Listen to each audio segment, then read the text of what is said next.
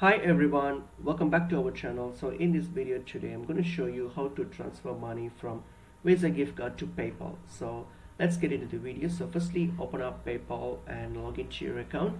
So log into your PayPal account, you need to be logged in to do this. So make sure you're logged in. So I'm just logging into mine. So once you have logged into your PayPal account, so what are you going to do? You're going to add or link your Visa gift card to PayPal. So simply go to your wallet, and then once you get to your wallet, hit on link card.